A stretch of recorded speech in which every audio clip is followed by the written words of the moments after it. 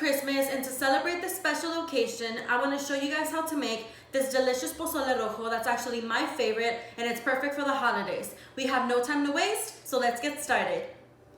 So for my meat, I have 4.5 pounds of blade shoulder roast, which is trozo de puerco de pecho. 4.5 pounds with bone-in should be enough to make this entire pot. I like the bone-in because it does give it a better flavor, but it's entirely up to you guys if you want it with or without the bone.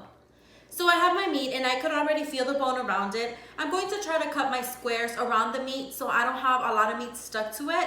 And also I could throw it in my pot so they could boil with the bones, and once it's ready, I could just take out the bone and not serve it to my guests. You don't want the squares to be super big because then they won't shrink, so that's the size they'll stay, and not super small either. So you want the medium size. I typically do it inch by inch squares, and that's perfect. So I have my meat, and the first thing I did was cut off the bottom layer of fat, which is this. It's such a big layer of fat that you don't want to add all of that into your pozole. So what I did is that I just lifted up the flap and started cutting just like this, so you could get rid of that excess fat. You always want to leave a little bit in there just to give it more flavor. I cut right there because here is my bone and I could feel it. So I tried to cut as much meat off possible that's attached to the bone. So I could cut this one into squares and I could just throw the whole bone inside the pozole to give it flavor. Like I said, the chunks don't have to be too big, neither too small. This is perfect to fit in your spoon and also get some hominy. As you can see, we came across another layer of fat. It's entirely up to you guys if you want to leave it or remove it. Sometimes I just like to pull out the skin. You could kind of see a little flap of skin right here. You pull it and you just trim it with your knife like this.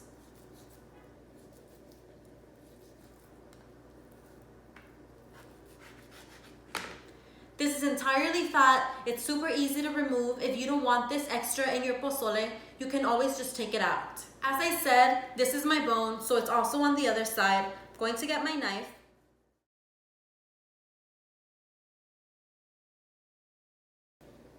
And I just start cutting through it.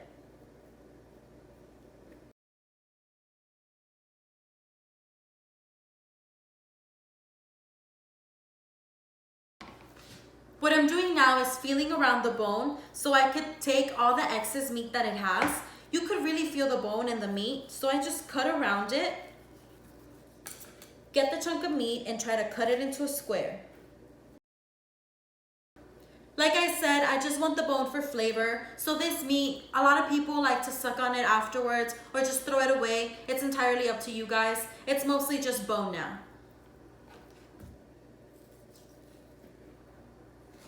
So I usually don't record like this, but I was going to show you guys this way because if I record the way that I usually do, you can't see through this big old pot. So I put my meat in here, I rinsed it, and I added 16 cups of water, and this is what it looks like. I'm going to add 1 onion that I cut into 4s, but it's still attached through this. I did rinse it. The reason that I do this is because that way I could just take out the onion, and I'm going to add 1 whole garlic clove. I peeled the outside that was very loose and I rinsed it. I'm going to add it just like that on high heat because that way you could take out all the extra fat that forms around the pot. Along with that, I'm going to add 1 tablespoon of salt. One thing I should mention is that it's not necessary to cover up your meat while it's boiling, not for now at least. You just want it to boil to release the heat and the fat of the meat, and you could take it out later. So for now, we're going to be cleaning up our chile guajillo and our chile ancho. A lot of people suggested that instead of chile guajillo, you should use chile California, which I have never tried, but apparently it's less spicy. I really don't believe that chile guajillo is spicy at all, so that's why I really like this. I love the flavor of it. I've never made it with chile California, but it's entirely up to you guys. Apparently it's the same thing, just less spicy. So I have 15 chiles guajillos and 3 chiles anchos. I usually use about 20, but these are pretty large, so 15 will do. I like to make sauce more than I usually need because that way it's always better to have left over than to need some more.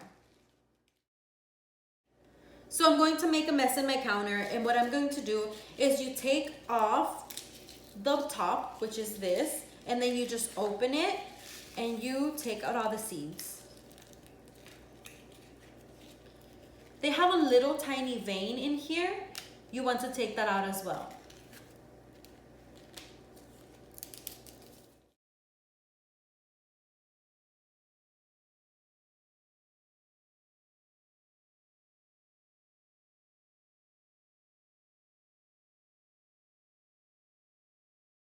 That was all the chile guajillo, and now I'm going to clean my chile ancho, which these are usually a lot harder to open because they're not super soft, but you crack them and then you just take out the seeds and you take out this part in the middle, which is what has the most seeds. So now that all my chiles are clean, I'm going to rinse them, and I put a pot of water to boil. Once the water is boiling, turn off the stove and put your chiles in there so they could soften up. You don't need to boil the chiles, just the hot water in the chiles will soften them up perfectly to make our sauce. So when I told you guys that fat was gonna form around it, this is what I was talking about. You see all of this? You don't want that in your pozole. Take it out. Make sure you clean it out really good, because I don't know what this is, but it's nasty. You don't want it in there. Make sure you guys clean it all out. And for our chiles, now that our water was boiling, I added them. And I did put my rock that I use for my molcajete, just so it could kind of keep them down and they'd all get really soaked. Now that all that fat has been cleaned out and the water looks clear, you can actually now turn down your stove to medium heat. Make sure that at this point you do cover it up. Now that I cleaned all the foam and the fat off of the top of the pozole, I'm going to put my lid on it and I'm going to boil it for an hour. This really helps the meat get really tender, and while this is boiling, I'm going to keep my chiles submerged in the hot water, and at the 30-minute mark, I'm going to blend them to make our sauce. So I left my chiles soaking for about 45 minutes. They're nice and soft. Now it's time to actually make the sauce and blend them. So I'm going to add my chiles along with 1 garlic head, of course peeled, all into my blender so I could make my sauce. I'm going to have to peel this full garlic head, which I know a lot of us dread, including myself. And I've tried every technique. I've tried the technique where you put them inside a cup and just shake it and they're supposed to peel by themselves. I've tried everything. Nothing has actually worked. Maybe I'm doing it wrong, but we're doing it the old-fashioned way.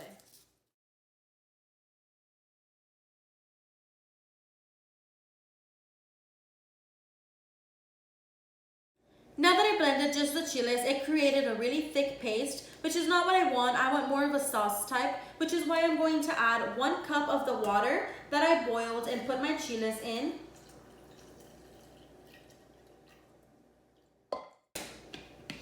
And keep blending. At this point, you could add whatever amount of salt you like. I usually like to add about 2 tablespoons. I don't like to add way too much of it because if it needs some more, I could always add it into my pozole itself.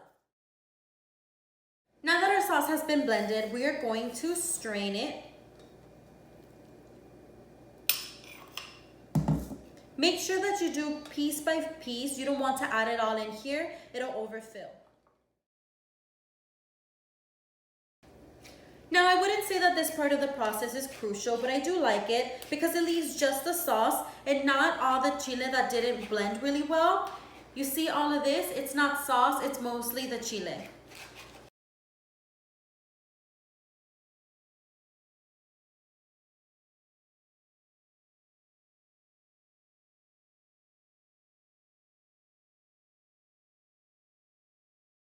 We're at the hour mark, and at this point, I'm going to take out my garlic head that I threw in whole in here, along with my onion that I threw in here. Now that we've taken out our onion and our garlic and we've hit the 1 hour mark, we're going to add our sauce. I have 2 cups of it and it's already strained. You see how you don't see any of the seeds or anything? I'm going to add it into my pozole. Right after you add your sauce, we are going to add our hominy.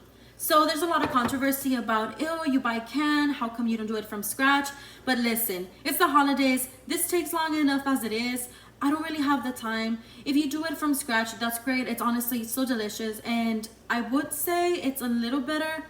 Personally, I really don't mind. What I really care about is the flavor. So this shouldn't really make a difference. But if you do it from scratch, more power to you. I'm trying to show you guys an easy way because this is the way I make it. It's super easy. And yeah, so we're going to be adding our hominy. I would add it spoonful by spoonful. You don't want to just throw it in there because it's going to splash all over the place. So I'm just going to add spoonful at a time. After I've added my hominy, I tasted it and I do need a little bit more salt. So I'm going to add some salt. This is your preference. It depends how much salt you like.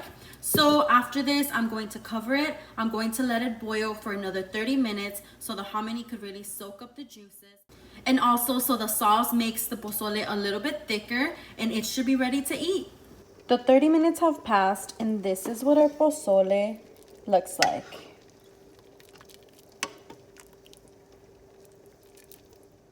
Alright Sizzlers, so that's it for this recipe. As you can see, it was super easy and it only takes about 2 to 2.5 hours. Like I said before, there's a lot of controversy with the hominy, but honestly, I like them both. I prefer this one because it's a lot easier, but if you prefer the other way, then it's okay too. I hope you guys really enjoyed this recipe. Until next time.